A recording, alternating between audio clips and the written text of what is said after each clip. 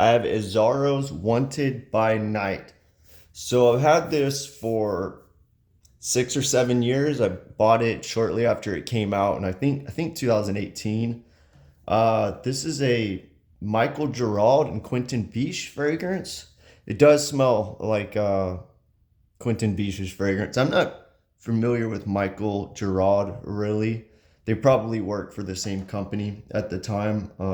Maybe now too, I'm not sure. But when this came out, it was a unique designer that leaned into complex sweet in a masculine sense. At the time, that was something a little bit different. You didn't have many fragrances like that.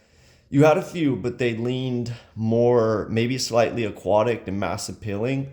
This one was a little oddball because it had things like tobacco and vanilla, leather, incense, cumin, and things like that.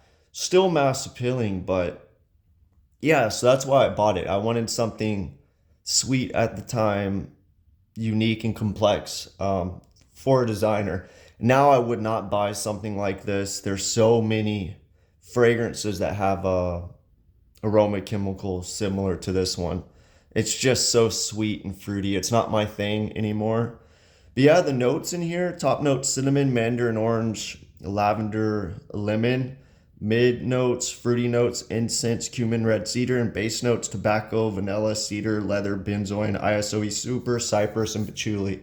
Quentin Biche is known for his use of patchouli, fruity patchouli in particular. His accord has changed a little bit, I would say. He leans a little more fruitier now in his accord. He uses osmanthus a lot lately, which I don't like at all. That fruity osmanthus, especially paired with oud, is not my thing. It's really popular right now. I just don't like it at all. Or leather and osmanthus is not my thing. But in here, let me see what I get from this. I have it on skin right now. Yeah, you get the mandarin orange. The cinnamon, I got some up top. Fruity notes for sure. There's cumin in here for sure. You might not get it right away, but if you keep smelling it and you think of cumin, it sticks out. A lot of masculine designers have cumin to some degree in them, I notice. It's kind of hidden. It gives us masculinity to fragrances. And it's not something I really like, but a lot of times it's hard to notice. It just gives it a spicy masculine. I do like cumin if it's paired with like rose or something really nice, especially like if it's like an opening, it makes it kind of interesting. Like in particular, the La La Beau rose does that. I think it's really interesting. But yeah, there's definitely cumin in here.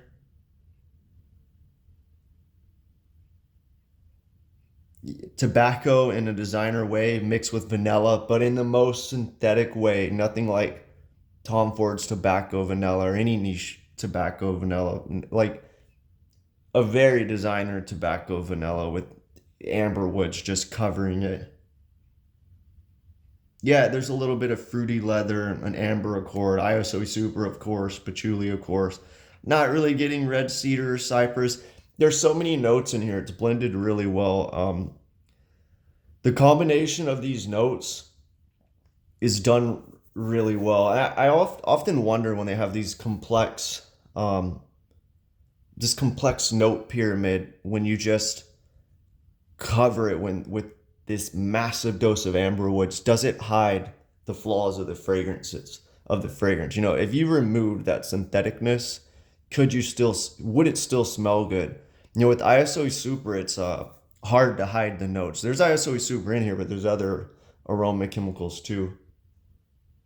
More than likely in Broxton, it's not listed, but so yeah, it's hard to hide with ISO super. That kind of just adds to a fragrance, a clean woodiness, but with massive doses of ambroxan and amber woods, I feel like it often might hide the notes or any flaws or blending in a fragrance. Um, yeah, you're basically getting this synthetic amberwood and ambroxan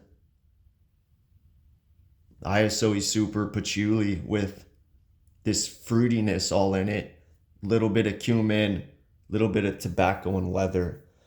That's really it. I think this is discontinued. This fragrance was super hyped. I mean, almost everybody at the time was talking about it. Um, it's discontinued now. I think you can get it for like 50 to $80. I would imagine it's going to go for a lot more in the future just because it's so hyped.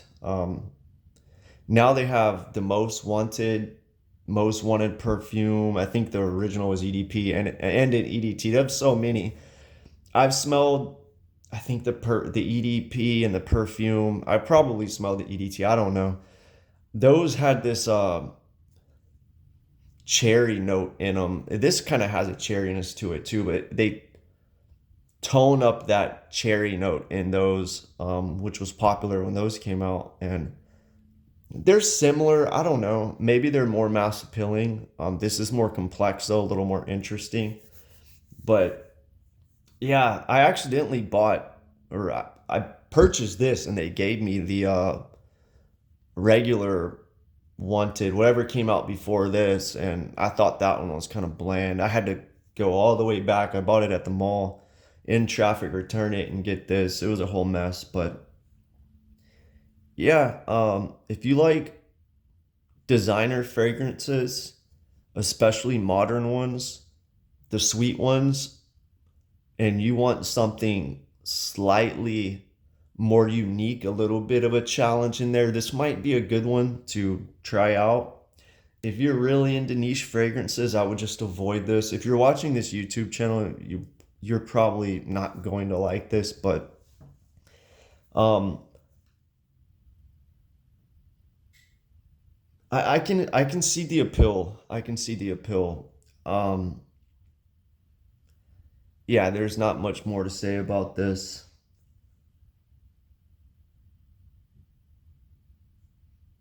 Yeah, I'm kind of getting the red cedar a little bit, I suppose now, or cedar, whatever. Yeah, I don't have anything else to say. Let me know what you think about this if you smelled it.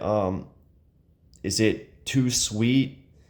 Do you think it was bold at the time, 2018, to come out with something like this? Yeah, let me know what you think.